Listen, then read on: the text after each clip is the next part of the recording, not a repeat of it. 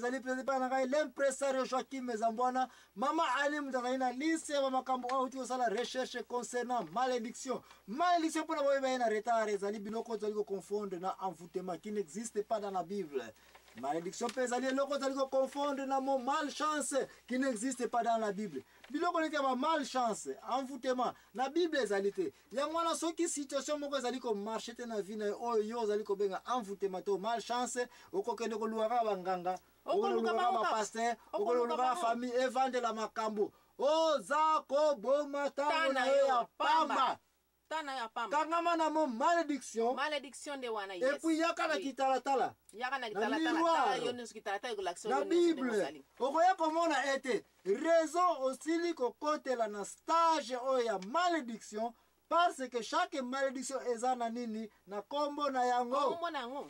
Musala na yo kaka yo ko bonga te ko bonga tala musapi moko zo lakisa boni misapi boni zo la yo bouche de l'insensé cause sa ruine. Boko bonga te yo pe osana bana te. Comment modirer je nombre? Bible lo bisu na Abraham. Na ko bénir oya ko bénir. Oya ko bénir yo na ko modire oya ko modire yo. Na ko modire pe oyo akomodiri yo. Yo musana ko bana batu boko bonga te. Boko bonga te. Na société ko lakela ka tmabe ezali ko zongela yo moko. Malédiction. Genèse 12. Malédiction. Genèse 12 de na 3 elinko lo bana ko bénir oya ko bénir yo na ko modire oya ko modire yo. Bongisa malobano ya malamu yo bimana munokono comme ça yo pe ya malamu ko zongela yo. Asmo suse na loba kete comment modirais-je celui que l'Éternel n'a point maudit. Nombre 23, chapitre 23 nombre verset 8. 23. Comment modirais-je celui Dieu n'a point maudit? Comment serais-je irrité quand l'Éternel n'a point irrité? Mouton nzambe irrité na été. Mouton nzambe a maudire na été. Yo lingo maudire. Mokilibo iko ya million. Million. Bo maudire. Zero. Yango moni rezo ba pesa na memka mutu nganga po bangango baza ba fase wogana ko loba nganga za mutu la trick na tactique ba mutu na ta mutu nzamba yebike mutu lingo o memi pa nganga zane innocent ou bien non innocent. Nganga ba na puissance. Moni rezo ba pesa ka frère. Ne ali ba ko banganga te. Banganga sont les gens où sont na ko kangisa ba na singa na mala moko ko. Il faut ko pesa on. Ba pesa la raison. Oh na so mona yete mutu o yelinga penza za azwaki bakisi na ende azu bakisi moko donc asamba kisi moko makasi donc nazo mona internet. Non no kuta basa biloko ba village. Nzoka mutu azana no village tous ces féticheurs là ba endo no kuta bazaka ba village pe kaka. Ba fétiche on basaka ta nyoka pa meleka baza ko banga. Ba moni ngombe ya pa baza ko banga. Fétiche, idolâtrie, eza émission musuza ko ya to ko présenter. Idolâtrie, toko lobela ngo lelo te, banganga, toko lobela bango lelo te sino ke tuzona chapitre na bango ezako ya. Tozana émission na bango ezako ya. O toko lobela makametali magie, banganga, idolâtrie. Mais place ino okuta nganga ako yuko za nyei na ya taona mwanze tabita o na mafuta o pakola o na elongi yo PDG pe ozu nyei ya nganga za kotana elongi. O ba pesa nga mafuta bene ndi sepa ya nganga. Eza nganga ko yo baloga na sima wese na na lupango na kuna zimo makasa pampa makanyango ataona fimo elamba te otana singa kende tikela nga Mercedes na yo okotika yango parce que tolobaki bien force ya mutu za nini makanisi ya mutu kaka makanisi oh no zo kotana makanisi na yo ya mwana mteko yela yo yango ko yela yo bande ko bofungola miso ko ka tete o tata mwasi abeli abodira modira ezako ya émission to kolobela ngo après pour le moment tozali ko tenter ko démontrer ete mutu nyonso akangama na mo malédiction na Bible amona pe prophétie na ye amona pe solution na ye ayeba pe pona nini malédiction eyeye. Pourquoi encore une fois malédiction selon la Bible ezali biloko oyo mutu abenda ka ye moko selon comportement ba action na ye na vie na société ye na nzambe. Relation ya mutu na mabele ezami sato. Mutu na moninga na ye, mutu na nzambe, mutu na leta. Mutu soki leta temi beko ke place yo mutu ka eleka na 15 à l'heure yo soza ko leka na mbangu ba police ba monio ba kangio okobeka ngo malchance non okwe na mibeko ya leta.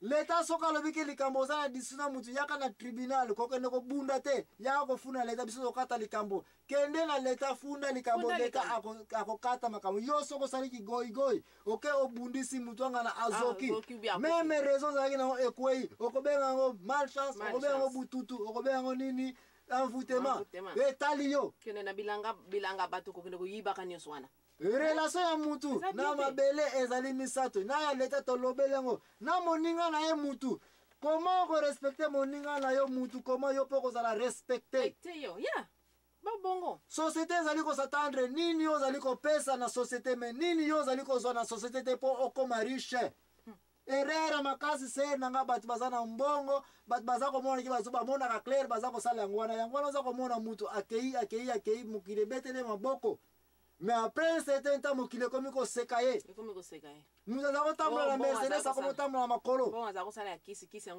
mais kisi yango ezali kaka moko oreyi apesaka na société ye aza kozwa na société dans ce sens ke bapesi ye projet mbongo ye aza kozwa mbongo wana mpo na ye aza na mosala comptable ayebi koma abetaka bakarte baje batrik na batactique mpo aganye en faveur ya ye na libota na ye bozuya moyibi bien mal qui ne profite à rien jour ezali kaka okobambama etan kobambama na yo ebandi okobenga ngo nini malchance na envoûtement malchance na envoûtement mais soko obenga ngo malédiction oye na bible okoya koyeba ezalaki nini moyibi oza kosalela ekoma okoyi kobiba na malédiction change kaka nini banzela na yo nzambe akondima yo na ndenge ozali sena ozali kama osolo bakisa nazali kama na niko bakisa pona ba parents o bazozwa bana o bazozwa ba courage kana ko coller papa na ye ba parents kobeta ba parents koswana ba parents kofinga ba parents pona nini ata kutu mamango azo kwa kolesa yo te faut pour ça l'attention maman aboti yo parents aboti yo mutapisi yo vie ozo kana ko coller ye bible pesi ana Lévitique 29. C'est lui qui frappera son père ou sa mère sera puni de mort. Ephésiens 6 pezoloba 1 2 3. Bana bo respecter ba parents. Po ozana na via mulai. Bino ozoko ne ko betaka ba parents na yo. Ba courage ni ongo ni ngozo même si oza quartier. Courage ni nezo yo ke no sala. Et puis vino eza ko marcher te comme envoûtement. Malchance. Malchance.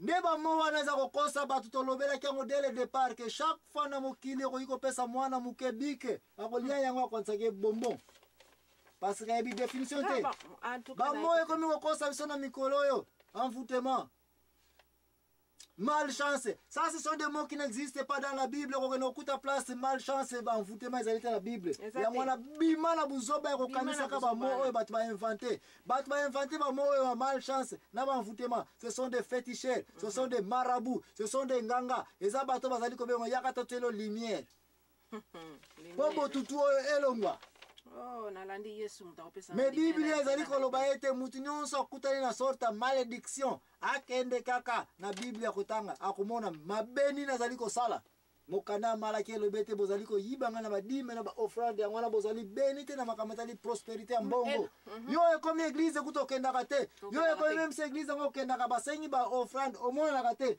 na badime omonanaka te mais ozali kaka koloba ete nake epa nganga nake epa bapaster basokola ngai oke bapesi yo mafuta bapesi yo mai ya lusaku munu oza kosopaka na mesa na yo mpo ete bachance eya mo chance na Bible na yebi na kutu soki ezali yango pe ngana tu na yo yango pe ngana tu na soki mo chance yango pe na Bible bénédiction malukaka yango na se na bénédiction ezali émission muso ezali ko après nini malédiction poto zaka kolobela malédiction mais to ipe kolobela bénédiction te soki na to se comprendre te na mo malédiction place pe kokoso ezali biso nyonso lingi bénédiction mutu nyonso alingi yango mais est-ce que mutu nyonso ayebi kobenda bénédiction na vie na ye mutu moko talingi malchance kia yango toza kobenga envoûtement kia yango toza kobenga nini malédiction mais est-ce que mutu nyonso ayebi kotindika malédiction mosika na ye question wana ozala yango ser nanga keye na ndako na okende koanalyse mais okoyeba ete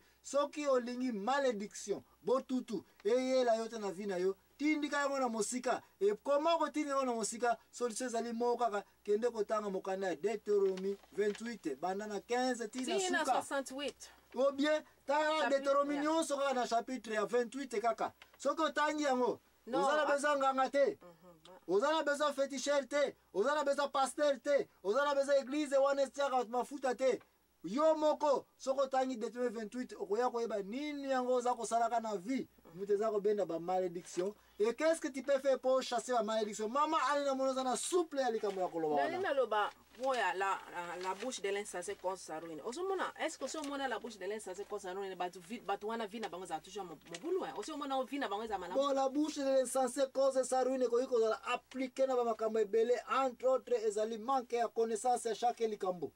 Yeah, pour ce que le bika ko bongate nyo soane za la bouche de l'insensé. Bon, zali ko bendela batu mababe qui est malédiction, mais to yokani awa sikoyo na banza o comprendre, on a frère ko na comprendre que. Na comprendre ngo misiko yo. Mutu kote akoyiko pesa yo malédiction pour nzambe apesu yango te, moi epe ezo ezate. Mais siko batu wana yango na nalo babati kezali wana pour vina bango za toujours pe mabe. Baza ko landa yango pe balanda yango to lobeli ete mutu nyonso oyo azali ko lakela moninga na ye mabe.